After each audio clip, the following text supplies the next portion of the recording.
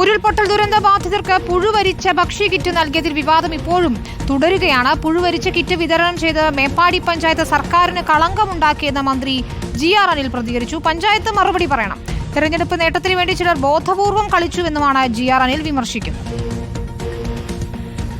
ദുരിതബാധിതർക്ക് നൽകിയ ഭക്ഷ്യധാന്യങ്ങൾ വളരെ മോശപ്പെട്ടതും കേട് ആയതുമാണ് എന്നത് ദുഃഖകരമായൊരു സംഭവമാണ്.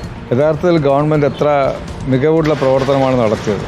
അതിനെല്ലാം കളങ്കമുണ്ടാക്കുന്ന തരത്തിൽ ആ പഞ്ചായത്തിൻ്റെ അധികൃതരും പഞ്ചായത്തിലെ ഉദ്യോഗസ്ഥരും ഇത് വ്യക്തമായി പരിശോധിച്ച് മനസ്സിലാക്കാതെ കൊടുത്തത് തെറ്റായിപ്പോയി. അതുകൊണ്ട് തന്നെ അതിന് കൃത്യമായ മറുപടി അവർ പറയേണ്ടതാണ്. തെരഞ്ഞെടുപ്പ് അടുത്ത സമയത്ത് തെരഞ്ഞെടുപ്പിൻ്റെ ഗുണത്തിന് വേണ്ടി നേട്ടത്തിന് വേണ്ടി ഇത്തരത്തിലുള്ള നടപടികളുമായി മുന്നോട്ട് പോയത് ഖേദകരമായ സംഭവമാണ്. അർജുൻ മട്ടന്നൂർ നൽകും വിശദാംശങ്ങൾ. അർജുൻ, ഇതിൽ സംസ്ഥാന സർക്കാരിനാണ് ഉത്തരവാദിത്തമെന്ന് പ്രിയങ്ക ഗാന്ധി പറഞ്ഞിരുന്നു. കോൺഗ്രസ് ഇപ്പോഴും പഞ്ചായത്തിനല്ല തെറ്റുപറ്റിയതെന്ന് ആവർത്തിക്കുകയാണ്. അതിനിടയിലാണ് മന്ത്രി തന്നെ ഇപ്പോൾ വീണ്ടും പഞ്ചായത്തിനെതിരെ നിലപാടുമായി എത്തിയിരിക്കുന്നത്. വയനാട്ടിൽ നിശബ്ദ പ്രചാരണത്തിൽ എത്തി നിൽക്കുമ്പോഴും ഈ കിറ്റ് വിവാദം ഒരു വലിയ ചർച്ച തന്നെയാണ്. അതിനിടയിലാണ് ഇപ്പോൾ മന്ത്രിയുടെ ഒരു ഔദ്യോഗികമായ പ്രതികരണം വന്നിരിക്കുന്നത്.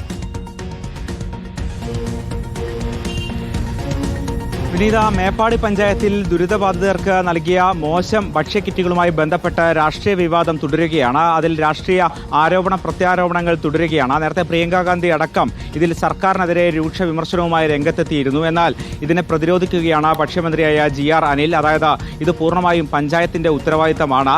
സർക്കാർ ഇത്തരത്തിൽ നിരവധി കിറ്റുകൾ നൽകിയിട്ടുണ്ട്. ഈ കിറ്റുകളിലൊന്നും ഇത്തരം പരാതികളോ ഇത്തരം ആരോപണങ്ങളോ ഒന്നും തന്നെ ഉണ്ടായിട്ടില്ല. എന്നാൽ പഞ്ചായത്ത് ഇതിൽ കൃത്യമായി പരിശോധിക്കാതെ ഈ ഭക്ഷ്യക്കിറ്റുകൾ വിതരണം ചെയ്യുകയാണ് ചെയ്തത്. ഈ കാര്യത്തിൽ പഞ്ചായത്താണ്, അതായത് കോൺഗ്രസ് ഭരിക്കുന്ന UDF ഭരിക്കുന്ന പഞ്ചായത്താണ് ഇതിൽ ഉത്തരവാദികൾ. അവരാണ് ഇതിൽ മറുപടി പറയേണ്ടത് എന്നും മന്ത്രി GR അനിൽ റിപ്പോർട്ടറിനോട് പറയുന്നുണ്ട്.